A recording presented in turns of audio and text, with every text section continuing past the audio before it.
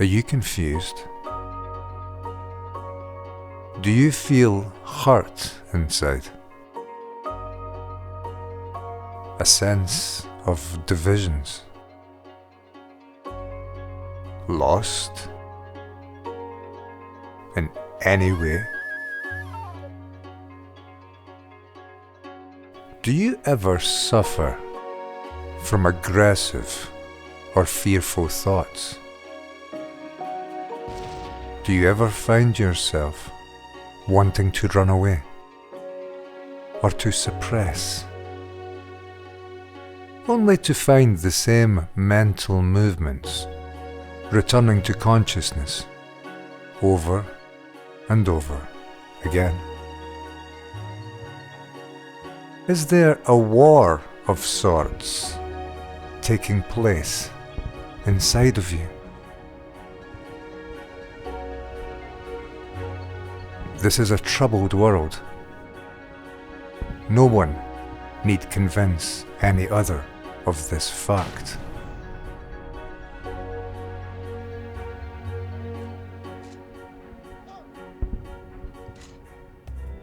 We are constantly being coerced, told what to do by others, in authority, in government, men of science, politicians, elitists, this organization and the other. And what is right to do depends on which part of the world we have been born into, which belief system we follow or not, which class structure within society we have been educated to identify our lives within, which political persuasions and ideological concepts are the ones we must follow in life. All of this, naturally, has created a great deal of confusion between us and in our relationship as members of this human race.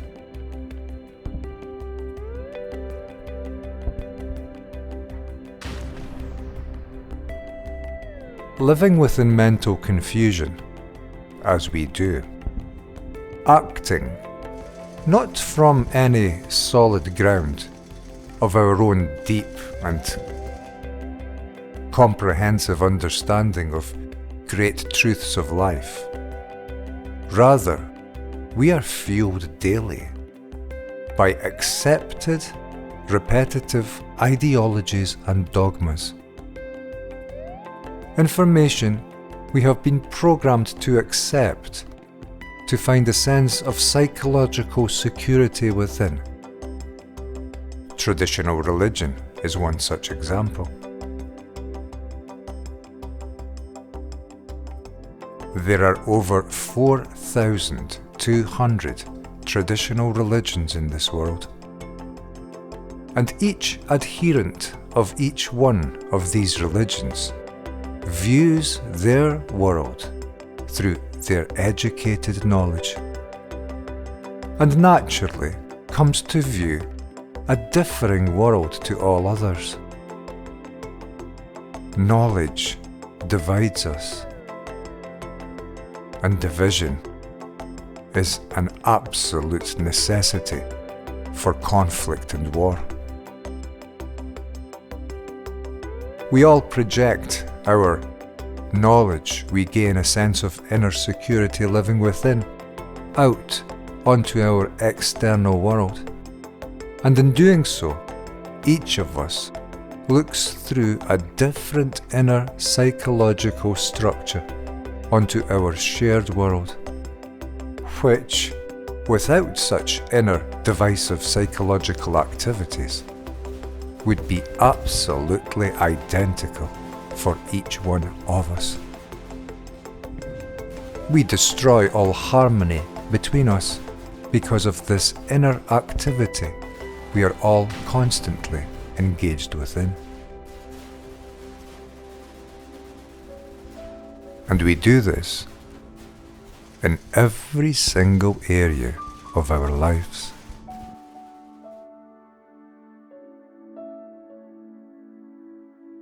We look at life this way, inwardly.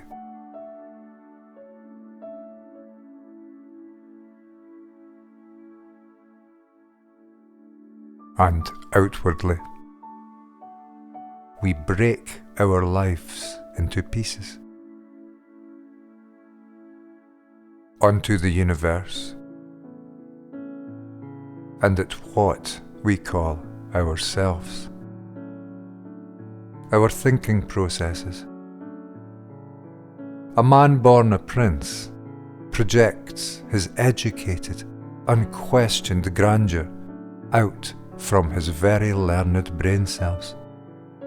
A man born in poverty likewise projects from his background, although these backgrounds, the content of individual consciousness, held within the brain cells within memory and projected from the movements of that memory, which is thinking, are different in nature, related to the experiences which each particular human brain has endured and passed through. Our brains, millions of years old, millions of years of evolution in the making, to this day, have evolved to live within such a repetitive and divisive and therefore destructive psychological pattern. We gain a sense of security by living within an inner recorded field of knowledge, which is our past. But that which continues is on a continual road to decay, and decay shall lead to our destruction. It is this inward pattern which repetitively brings our lives to conflict. Because although we all live on the very same planetary home, we all live within highly different psychological, projected, conceptual inner designs, which arise automatically within us from our stored knowledge, based on the accumulation of information arising from the experiences we have had in past life. And these flow outwardly onto our shared world by means of the movement of our inner psychological consciousness, our patterned thinking. We project from our minds constantly a pattern of words and images onto our world. And this pattern breaks free relationship and any feeling of deep connection to life. Our brains have evolved to live this way. Education has played a strong hand in solidifying such divisive human psychological approaches to life.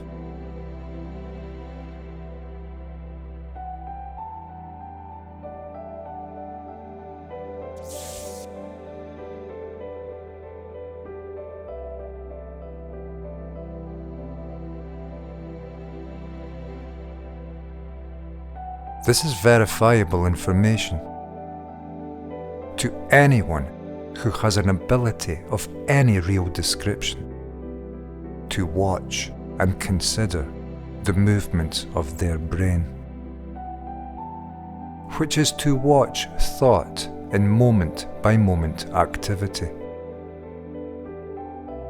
The brain here is watching itself, watching its own psychological movements. Thought is becoming aware of its actual moment-by-moment activities. without choice. This is a revelation, not a movement in any direction. This is important activity for our race at this time in our human evolution. We are living and accepting of an approach to life today which is nothing short of ludicrous. Our approach, living concentrated on a movement of inner thinking, psychologically constantly involved with being something, or becoming something, more or greater, or less fearful, or in some way resolved, in an opposing future state of great conceptual contentment. For tomorrow never comes. This is a movement highly destructive to all of our lives. It is also completely conceptual. Thought is movement within memory and imagination.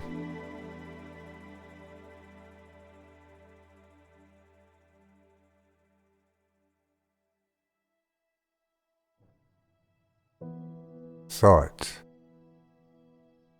is an inward play of words and images based on life experiences past. Images,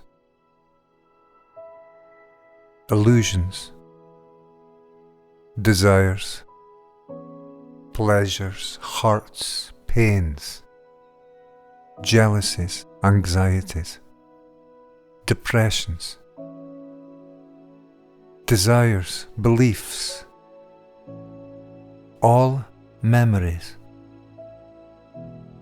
all carried over from day to day, week to week, month to month, year to year, decade to decade.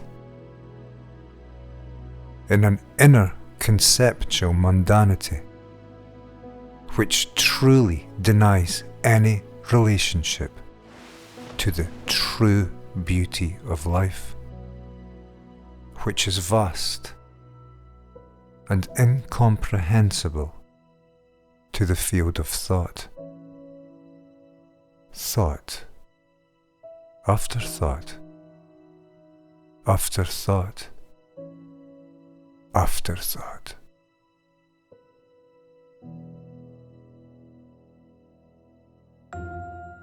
Have you ever thought about this situation?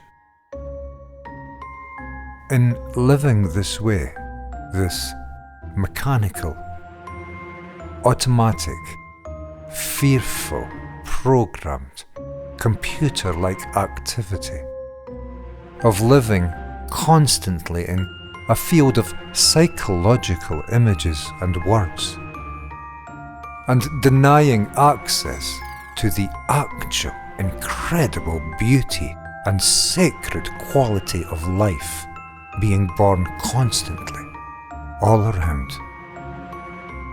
that you have come to naturally cut off all relationship to the true universe.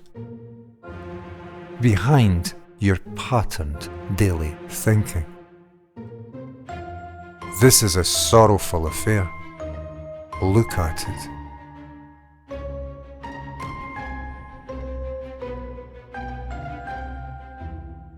Looking at it brings you to see the tragedy of the repetitive daily mechanical psychological situation you are caught in. And when you see this, when you see the absolute danger of living this way, you will come to act as you would when you see the danger of a bus coming straight at you.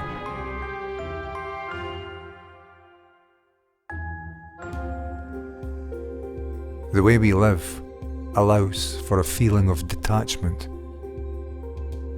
Like many strangers in an unknown place, isolates and breaks all relationship, and completely denies the human mind to the only source of love in life, which is this creative universe met in this present moment, met, bared, and devoid of all images.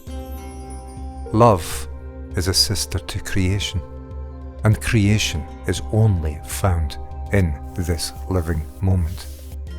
And living psychologically and inwardly within an inward repetitive pattern of thinking, we have denied any connection to that which may bring love to our lives. Inwardly, we live in time. We live in the past, and we seek to continue that past into a future, all born within us.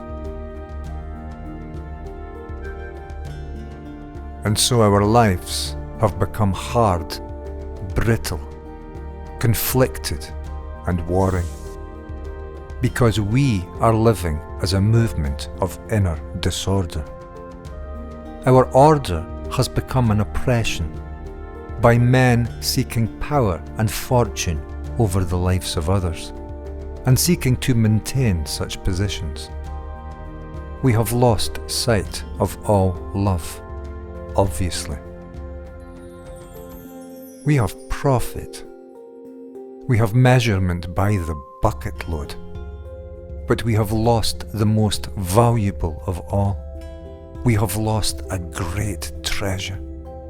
We have lost the ability to care for each other. We are all so involved in a consented and constant battle. We are deeply selfish, and the self we are focused upon is an inner thought-based image, an illusion of sorts, an ego, a ghost in the machine. Each of us seeks to propagate and continue the educated traditional beliefs and views, the patriotic feelings we were born and educated into. And we are all doing the same, educating our children to do the same. But the symbology of what provides this inward sense of psychological security, and simultaneously an outward sense of no security at all, differs in nature. The content differs. The mechanism is identical.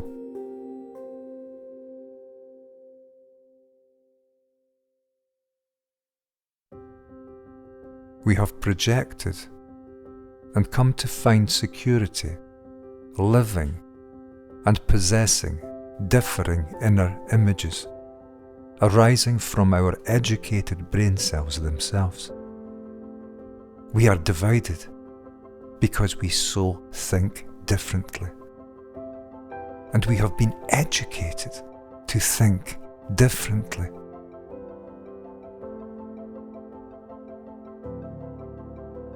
And so, of course, only naturally we come to conflict. We come to a world where we have lost all relationship with each other. All love is gone. Now we trade selfishly. I am a Christian. You are a Muslim. I am a Jew. You, an Arab. I am an American, and you, a Russian.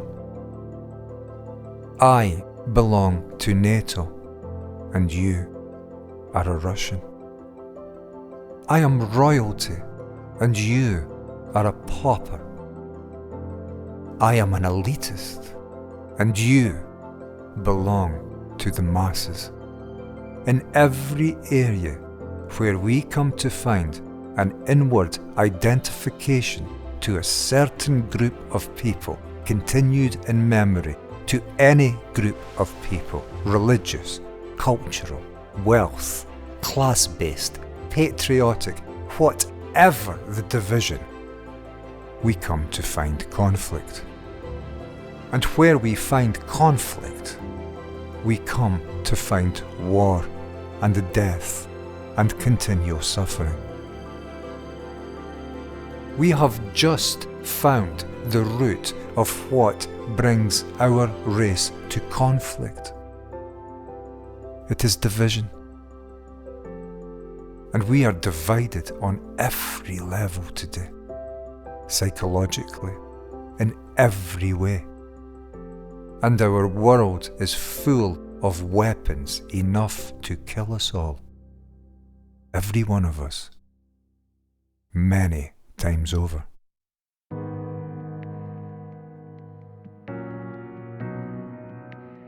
We best start asking if these psychological long-standing attachments to inner imaginary identifications based on memory, history, education, and greatly a sense of tribalism can ever come to an end.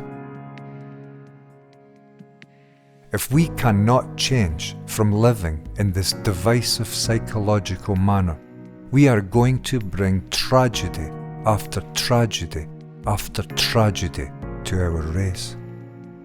We are involved in such tragedy today. Take a look around. Listen to authority. Look at how all of us are behaving. We are all self-interested. We are all caught in thought. Look to ordinary people on the streets. Listen to the movements arising within your very own mind. We are in sharp declining decay as a race, and this decay is being ever wrought upon us through a chaotic movement of mechanical inner thinking we have never come to question, and we do not in any way therefore understand.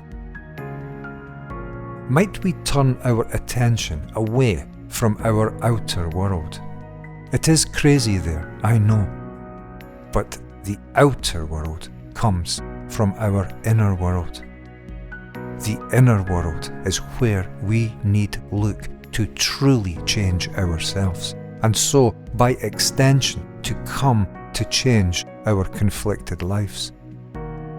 Might we turn a light upon our inner natures, our psychological inner worlds, this uncharted territory of humanity, the root of all of our actions, the movement which gave birth to this corrupt society, the movement which is corrupted within itself and between itself and so all others.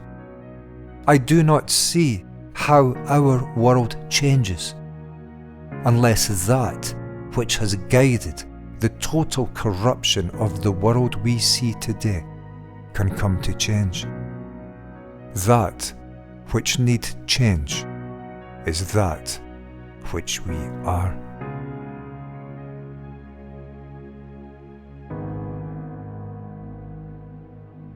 Our thinking needs understood by and for itself, for its own sake, and for the sake of a different kind of life for humanity and this planet. If this is possible, if we can find how to bring silence to this consciousness, we shall all of us who do, if we can, meet the very same world.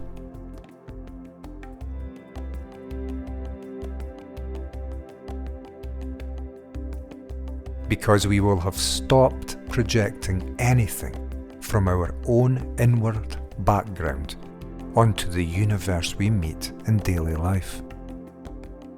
We reconnect to this present moment in all of its depth, shadows, colour, beauty, mystery, and love. Its life and its death. We reconnect to love. We find relationship, eyes turned around once more to meet the eyes of a child, no longer seeking to embolden, better, repair, or continue my bottomless self-interest into an imaginary future, free now to see the universe I have always lived in, yet strangely never truly met. A wondrous place, a place of beauty beyond words, a place of real security, a real place, a solid ground to life, a place where every man has the same value, and every animal and living creature the same stature as every man.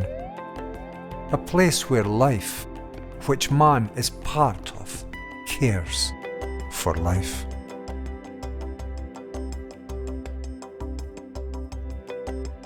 We change this world when we change what we are. We do so through what is possibly the most arduous and difficult thing to ever approach in life or death: ourselves. We must be patient, yet the timing is critical. We must be watchful, as an owl is watchful. We must be dedicated, understanding the absolute importance to our race, to our lives, of bringing about an inward psychological revolution. We must be detached, that we do not tie ourselves continuously up within the constant chattering network of thought. This is no investigation by thought.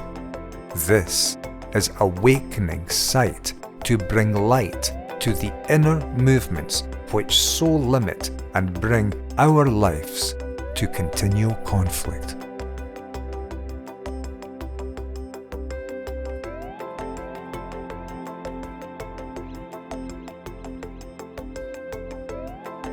We must be strong of heart and one of mind.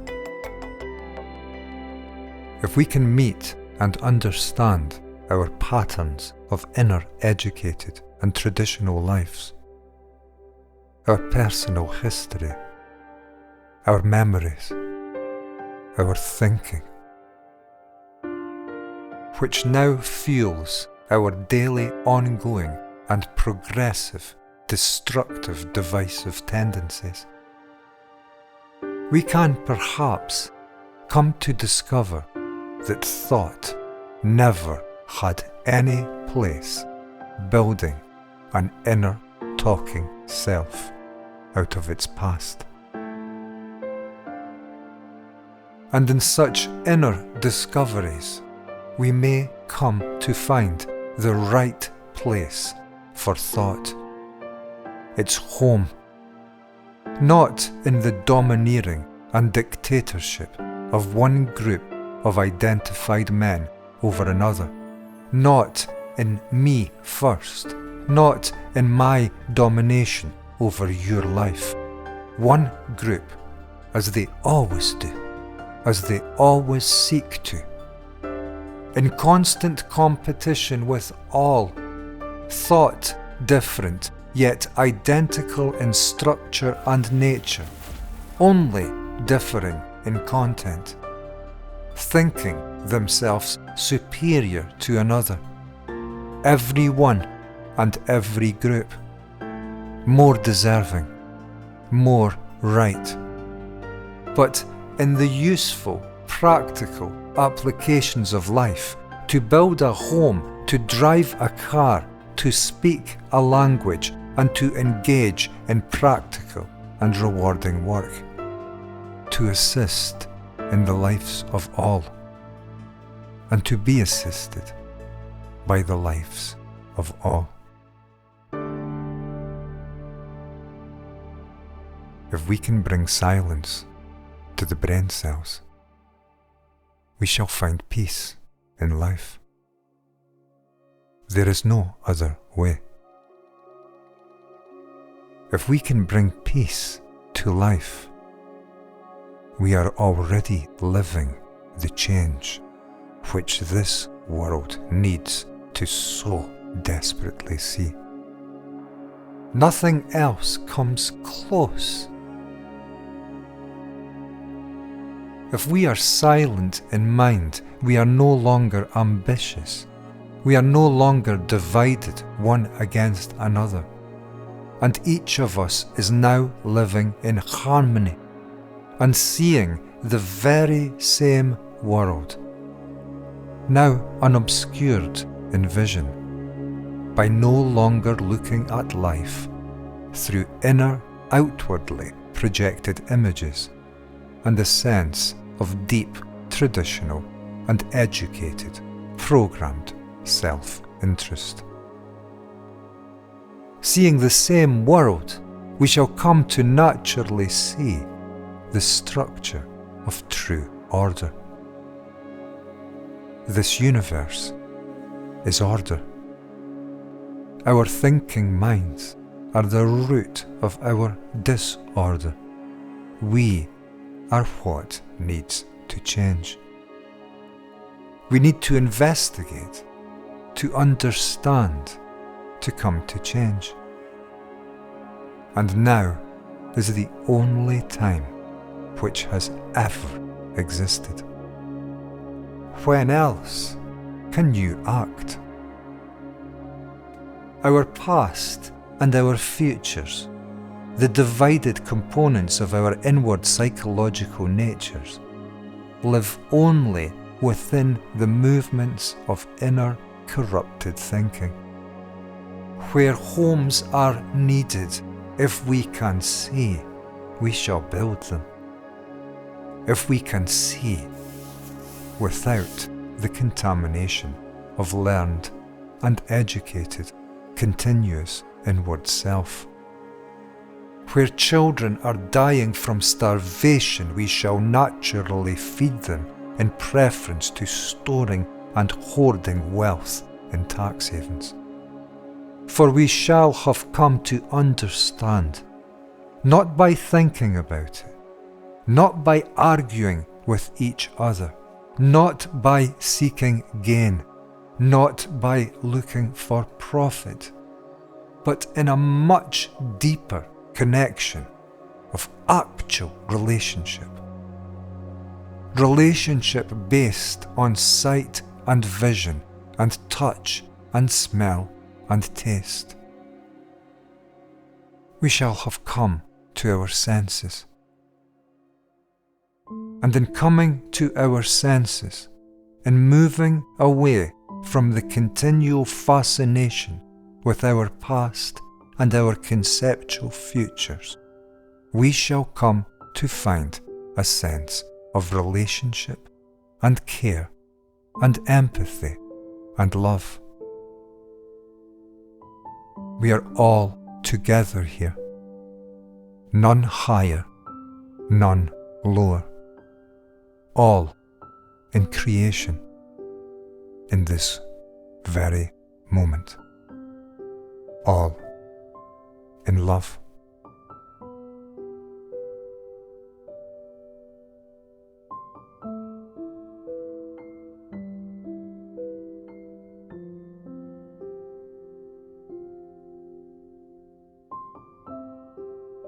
But the road to arrive here, in such a heavenly place, can be a difficult journey indeed.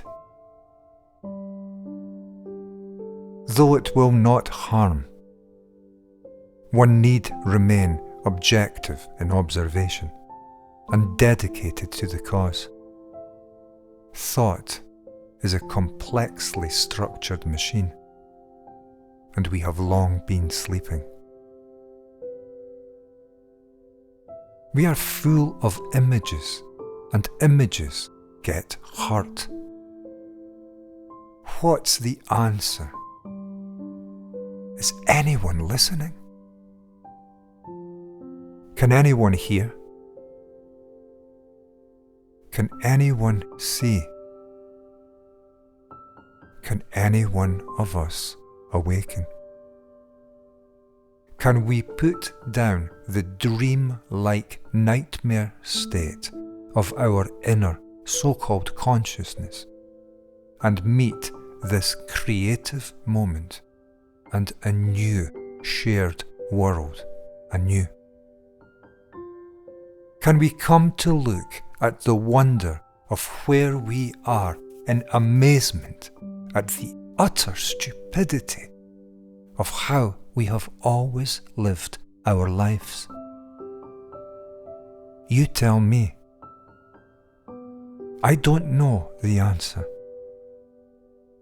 but I do see what will happen to us all if we don't. Our one and only chance to get this right is in our hands, as it must be. Who else is coming to save us? Our authorities are all rather occupied today, already engaged, convinced they already know the way. Another division among men.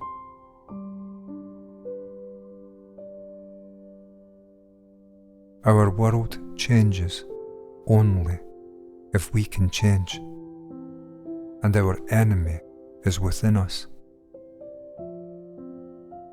Our enemy is a complete lack of understanding of what we are psychologically, from where every action we take is given birth.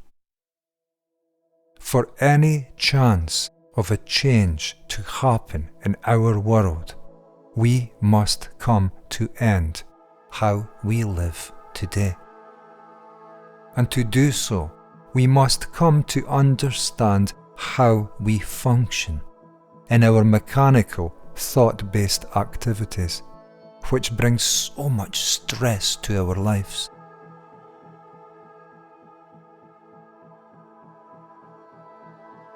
This is what we live in perpetual inward continuity as, our sense of being and becoming, our pasts, our beliefs, values, nationalities, religions, politics, feelings of superiority, divisions on every level, fears, guilts, pleasures, doubts, hates, loves, dreams, wishes, regrets, jealousies, pasts and futures, all thought. This is a vast field,